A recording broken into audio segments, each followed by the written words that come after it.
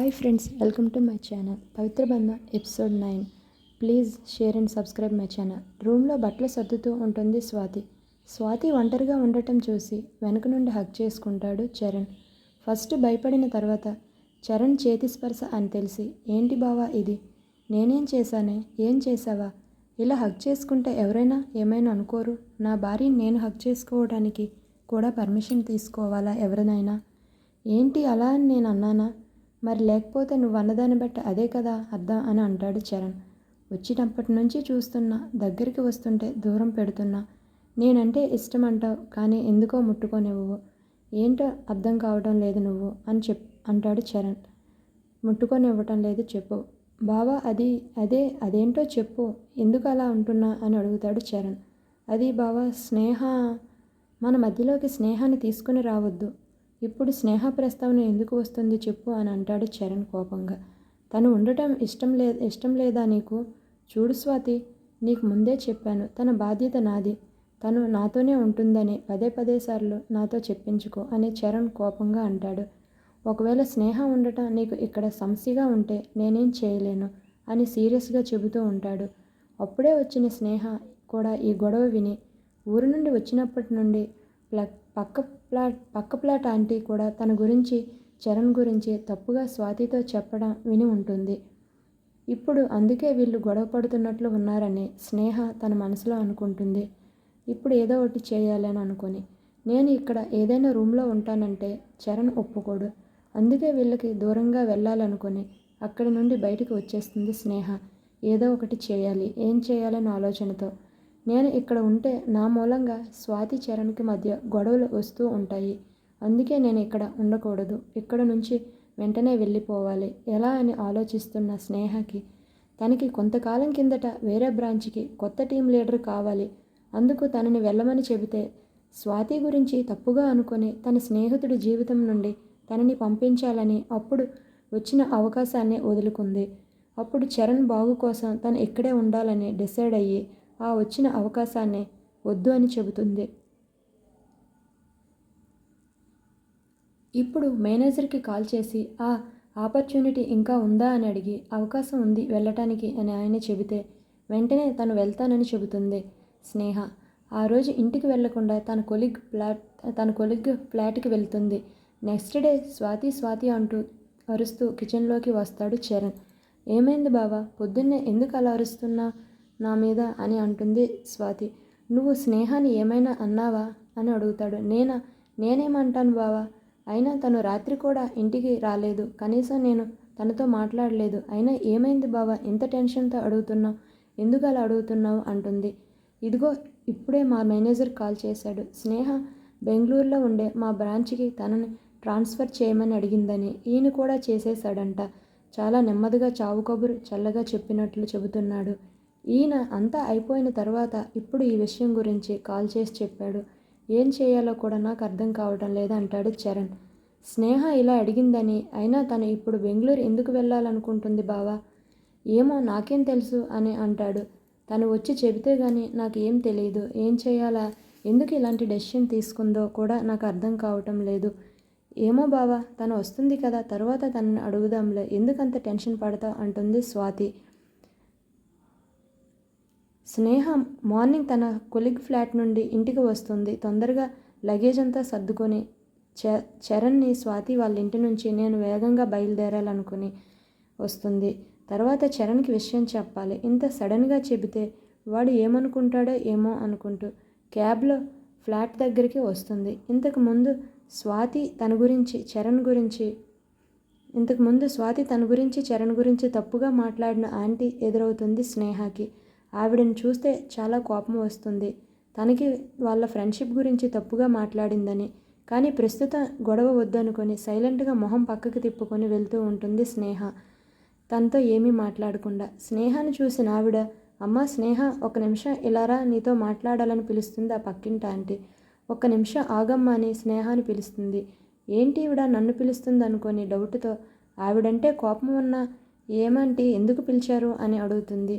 అమ్మా స్నేహ, నన్ను క్షమించమ్మా, నీలాగే చరణ్ స్నేహం గురించి తప్పుగా అనుకొని పిచ్చిగా ఏదో మాట్లాడాను మీ ఇద్దరి గురించి అని చెబుతుంది. ఆవిడ దగ్గర నుండి ఆ మాటలు ఎక్స్పెక్ట్ చేయని స్నేహ ఒక్కసారి షాక్ అవుతుంది. ఏంటి తిని ఎలా మాట్లాడుతుంది అని. నన్ను క్షమించు అమ్మా, నీ గురించి చరణ్ గురించి తప్పుగా అనుకున్నాను. అసలు ఏమైందంటే ఎందుకు ఇలా మాట్లాడుతున్నారు, అసలు ఏం జరిగింది అని అడుగుతుంది స్నేహ. ఎందుకు ఇలా మాట్లాడుతున్నారు, అసలు నిన్న ఏం జరిగిందంటే, నిన్న నేను స్వాతి సరుకులు తీసుకుని రావటానికి అలా వెళ్తూ ఉంటే అక్కడ ఏం జరిగిందో ఒకసారి వినమ్మని చెప్తుంది. సూపర్ మార్కెట్కి దగ్గరలో ఉన్న ఒక పార్కులో ఒక చోట ఒక అమ్మాయి ఒక అబ్బాయి ఇద్దరు చాక్లెట్ తింటూ మాట్లాడుకుంటూ ఉంటారు. ఆంటీ అలా చూడండి, ఈ కాలం పిల్లల్ని అస్సలు పట్టలేకపోతున్నా. ఒంటి మీదకి టీనేజ్ అలా వస్తుందో లేదో అప్పుడే రోడ్డుపైన పడతారు. వీళ్ళ అవతారం అలానే ఉంది అని చెప్తుంది స్వాతి. అలా చూడండి, కనీసం ఇంటర్ కూడా పూర్తి అయి ఉండదు ఆ అమ్మాయికి. కానీ అప్పుడే ఒక అబ్బాయితో లవ్లో ఉన్నట్లు ఉంది చూడండి. ఎంత క్లోజ్గా మాట్లాడుతూ కనీసం అది ఒక పార్క్ అని కూడా చూడకుండా వాళ్ళకి నచ్చినట్లు బిహేవ్ చేస్తున్నారు ఆంటీ. చూడండి, ఒకరి మీద ఒకరు పడుతూ ఎలా ఉన్నారో. చీచి, అటుగా చూసిన ఆంటీ ఒక్కసారి షాక్ అవుతుంది. ఎందుకంటే అక్కడ ఉండేది ఎవరో కాదు, ఆ అమ్మాయి ఆమె కూతురే. కానీ తను పార్కుకు వెళ్ళింది మాత్రం బాయ్ ఫ్రెండ్తో కాదు, తన అన్నతో అని అనుకుంటుంది ఆ అబ్బాయిని చూసి. ఏంటమ్మా స్వాతి, నువ్వు అనవసరంగా ఒక అమ్మాయి గురించి తప్పుగా మాట్లాడుతున్నా. ఏంటంటే అంత సీరియస్ అవుతున్నారు? నేనేదో మీ అమ్మాయి గురించి అన్నట్టు, అక్కడ ఉన్న అమ్మాయి మీ అమ్మాయి అయితే కాదు కదా అని అడుగుతుంది. నిజంగా నువ్వు మా అమ్మాయినే అంటున్నావు. ఏమ్మా స్వాతి, నువ్వెప్పుడు నా కూతురిని చూడలేదా? ఇంకా ఆ అబ్బాయి మా అక్క కొడుకు. నీకెంత ధైర్యం ఉంటే నా కూతురు గురించి తప్పుగా మాట్లాడతా? ఆ అబ్బాయి తనకి అన్నయ్య అవుతాడు. మరి మీరు మాట్లాడినప్పుడు లేదా ఆంటీ అంటే ఏమంటున్నావు? అదే ఆంటీ, స్నేహ గురించి చరణ్ గురించి మీరు తప్పుగా మాట్లాడినప్పుడు మీకేం అనిపించలేదా అని అడుగుతుంది. అలాగే నా హస్బెండ్ గురించి తప్పుగా మాట్లాడినప్పుడు లేదా ఆంటీ ఈ తప్పు అని అడుగుతుంది. ఆంటీ, మీరైతే ఎవరి గురించైనా మాట్లాడొచ్చు, కానీ పక్కన వాళ్ళు మీ గురించి మాట్లాడకూడదా ఆంటీ అని అంటుంది స్వాతి కోపంగా. ఈ మాట నేనే కాదు అమ్మాయి, మన ఫ్లాట్ మొత్తం అనుకుంటున్నారు స్నేహ చరణ్ గురించి. ఏదో మంచి పిల్లవు కదా అని నేను నీకు జాగ్రత్త చెప్పానంతే. ఆంటీ, ఎవరో ఏదో అనుకుంటున్నారని అన్నా చెల్లెల బంధంని మార్చలేమాంటీ అని చెబుతుంది. అలాగే వాళ్ళది కూడా స్నేహ, స్వచ్ఛమైన పవిత్రమైన స్నేహ ఆంటీ. మీకు అర్థం కాక నానా మాటలు ఆడారని చెప్తుంది. వాళ్ళ మధ్య దానికి రకరకాల పుకార్లు సృష్టించి పాడు చేయొద్దాంటీ. అమ్మాయి అబ్బాయి కలిసి ఉన్నంత మాత్రాన అన్నీ అయిపోయినట్లు కాదాంటీ. మీరు సృష్టించే పుకార్ల మూలంగా ఒక ఆడపిల్ల జీవితం నాశనం అవుతుందని ఒక్కసారైనా ఆలోచించారా ఆంటీ అని అడుగుతుంది స్వాతి. ఆంటీ, తను ఎవరి పిల్లో తన గురించి మనకెందుకు అనుకొని తన గురించి చెడుగా చెప్పకండి ఆంటీ.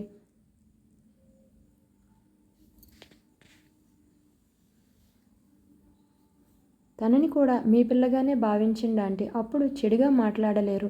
మీతో ఎవరైనా ఏదైనా చెబితే అది అందరికీ చెప్పటం కాదంటీ. అందులో ఎంతవరకు నిజం ఉందో తెలుసుకొని, లేకపోతే ఇటువంటి విషయాలు అసలు వినడం మానేయడం మంచిది అని చెబుతుంది స్వాతి. ఒకవేళ విన్నా ఒక చెవితో విని ఇంకొక చెవితో వదిలేయండి అంతే.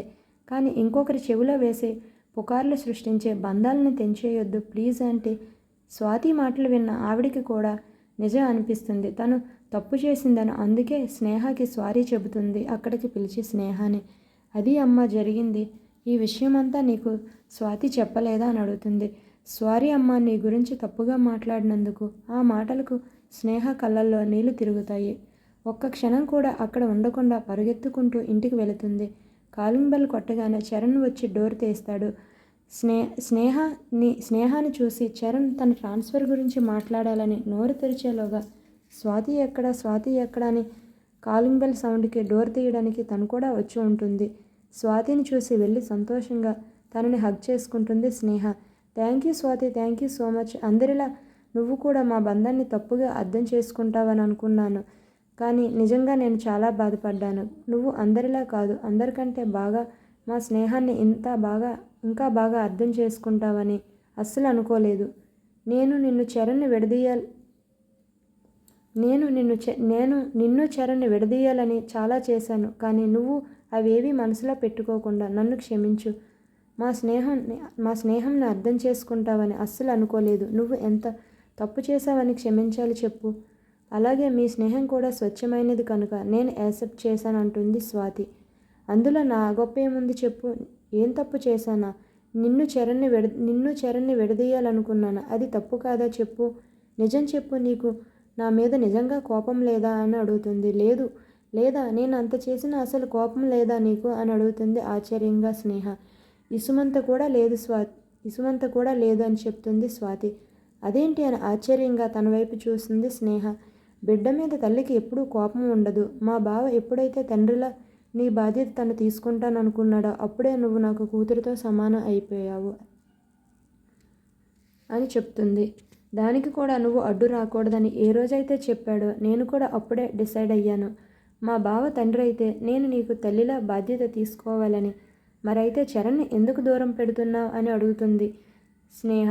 ఒక ఏజ్ వచ్చిన పిల్లల దగ్గర తల్లిదండ్రులు క్లోజ్గా ఉన్నట్లు ఉంటారా చెప్పు అని అడుగుతుంది. ఉండరు.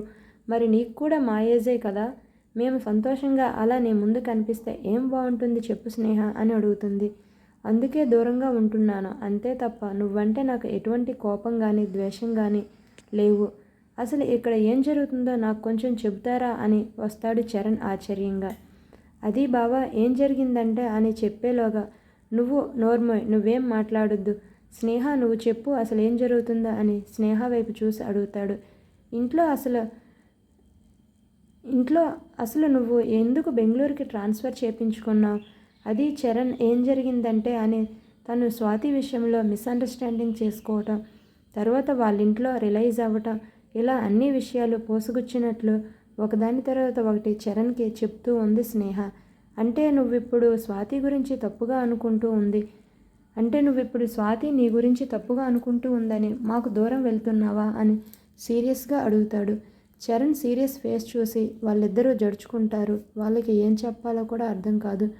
అంటే చరణ్ అది నువ్వు ఇంకేం చెప్పొద్దు. నువ్వు ఇప్పుడు వెంటనే ఆ ట్రాన్స్ఫర్ ఆపించేయి, లేకపోతే నాతో మాట్లాడొద్దని చెప్తాడు. సారీరా, ఆ ట్రాన్స్ఫర్ ఆపించడం కష్టం. ఎందుకంటే నేనే పట్టుబట్టి మరీ వేపించుకున్నాను నాకు కావాలని.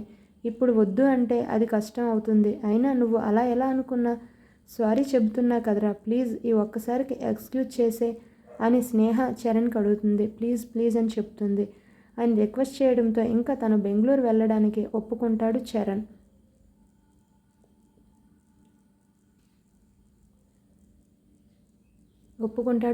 తను వెళ్ళడానికి లగేజ్ సర్దుతూ ఉంటుంది స్వాతి. స్నేహ ఒకసారి తీసి స్వాతికి చూపిస్తుంది. స్వాతి, ఈ సారీ చూడు ఎలా ఉంది, చాలా బాగుంది. స్నేహ నీకైతే చాలా బాగుంటుంది ఈ సారీ అని అంటుంది. నాకు కాదు స్వాతి, ఇది నీకోసమే తీసుకున్నాను. అది నీకే. నాకా? కానీ ఎందుకు స్నేహ? చరణ్ భార్యకి ఇవ్వాలని మీ పిల్లప్పుడే నేను షాపింగ్ చేసి తీసుకున్నాను. కానీ కొన్ని అనివార్య కారణాల వల్ల అలాగే ఇప్పుడు ఇవ్వాల్సి వస్తుంది. తీసుకో స్వాతి అని సారీ ఇస్తుంది. స్నేహ వద్దంటే తను ఫీల్ అవుతుందని తీసుకుంటుంది స్వాతి. స్వాతి, నువ్వు ఒకసారి ఈ సారీ కట్టుకొని రావా? ఇప్పుడే ఎందుకు స్నేహ? తర్వాత కట్టుకుంటాలే. నువ్వు ఈ సారీలో ఎలా ఉంటావో చూడాలని చాలా ఆశగా ఉంది. ప్లీజ్ స్వాతి వెళ్ళి కట్టుకోవా అని స్నేహ బలవంతం చేయటంతో తన రూమ్లోనే వాష్రూమ్లోకి వెళ్ళి కట్టుకొని వస్తుంది. అబ్బా ఎంత బాగుందో నీకు ఈ సారీ. నేను అనుకున్న దానికన్నా ఇంకా అందంగా ఉన్న ఈ సారీలో అంటుంది. స్నేహ నీ కోసం క్యాబ్ వచ్చింది, నీ లగేజ్ అంతా సర్దుకున్నావా అని లోపలికి వచ్చిన చరణ్ షాక్ అయి అలాగే ఉండిపోతాడు స్వాతిని చూసి. రే చరణ్, ఎలా ఉంది నీ వైఫ్? బాగుంది. ఈరోజు ఏంటి స్పెషల్? ఎంత బాగా రెడీ అయ్యింది? ఏం లేదు బావా, స్నేహ నా కోసం సారీ తీసుకుందంట, కట్టుకోమని అడిగితే కాదనలేక కట్టుకున్నా. హలో, ఈరోజు స్పెషల్ ఏం లేదని ఎవరు చెప్పారు? ఉంది. ఏంటది? నాతో రండి చెబుతానని వాళ్ళ రూమ్లోకి తీసుకొని వెళ్తుంది. ఏంటి స్నేహ, మా రూమ్ దగ్గరికి తీసుకొని వచ్చా? లోపలికి పదండి చెబుతాను. ఇద్దరూ సరేనని లోపలికి వెళ్ళి అక్కడ రూమ్ శోభనం గదిలా తయారు చేసి ఉండటం చూసి షాక్ అవుతారు. ఇద్దరు షాక్లో ఉండగానే డోర్ వేసిన శబ్దం వస్తే వెనక్కి తిరిగి చూస్తారు. అప్పటికే డోర్ లాక్ చేసి స్నేహ వెళ్ళిపోతుంది. అరే స్నేహ, ఏంటది? డోర్ ఓపెన్ చే. నో, నేను డోర్ తీయను. స్నేహ ఏంటి చిన్నపిల్లలా ఇది? నువ్వు ఇప్పుడు బెంగళూరు వెళ్తూ ఉంటే మేము ఇలా రూమ్లో ఉంటే ఎలా చెప్పు? చూడండి, నేను వెళ్ళటానికి క్యాబ్ బుక్ చేసుకున్నాను. అలాగే నేనేం చిన్నపిల్లని కాదు. మీరు వచ్చి చిన్నపిల్లని బస్సు ఎక్కించినట్లు నన్ను ఎక్కించాల్సిన అవసరం లేదు. ఇలాగే ఇంకో విషయం, మార్నింగ్ మీరు 3 నెలల్లో ఇక్కడికి నన్ను ట్రాన్స్ఫర్ పెట్టించుకోవాలని కండిషన్ పెట్టినట్లు మీకు కూడా నేను ఒక కండిషన్ పెడుతున్నాను. నా ఫ్రెండ్ నాకు ఇంకో బుజ్జి ఫ్రెండ్ని ఇస్తున్నానని శుభవార్త చెబితే కానీ మళ్ళీ ఈ ఇంటికి రానని వెళ్తుంది. మార్నింగ్ పక్కింటి ఆంటీ వచ్చి డోర్ ఓపెన్ చేస్తుంది. అంతవరకు ఎంజాయ్, ఓకే బాయ్ అని చెప్తుంది. స్నేహ వెళ్తుంది. అయ్యో బావా ఏంటి తిను, నాకేం తెలుసు. చరణ్ బెడ్ పైన కూర్చుంటే బెడ్ మీద ఉన్న మల్లెపూలని కొన్ని తీసుకుని స్వాతి మీద వేస్తాడు. ఏంటి బావా ఇది? చరణ్ స్వాతి చేతిని పట్టుకుని తన మీదకి లాక్కుంటాడు. దాంతో తను వచ్చి అతని కౌగులిలో వెళుతుంది. అయ్యో బావ ఏంటి నువ్వు అని సిగ్గుపడుతూ ఉంటుంది స్వాతి. ఎంత బాగున్నావో తెలుసా ఈ శారీలో. ఓ అంటే రోజు బాగోలేదా తల్లి, నువ్వు మళ్ళీ మొదలు పెట్టుకో.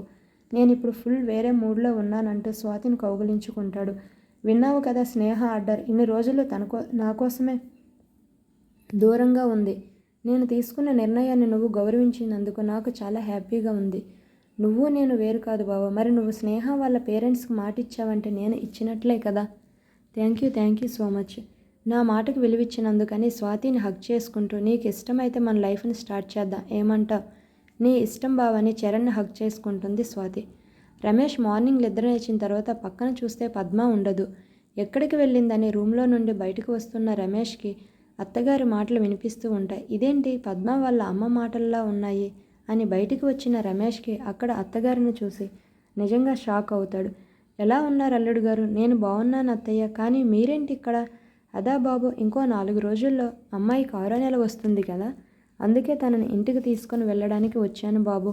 ఇంటికి తీసుకొని వెళ్ళడానికి వచ్చారా అని షాక్ అయి మళ్ళీ ఎప్పుడు వస్తారా ఆంటీ అని అడుగుతాడు. అదా అమ్మాయికి కాన్ పైన తర్వాత 5 నెలలు ఉంచుకొని పంపిస్తాను, ఏమంటారు?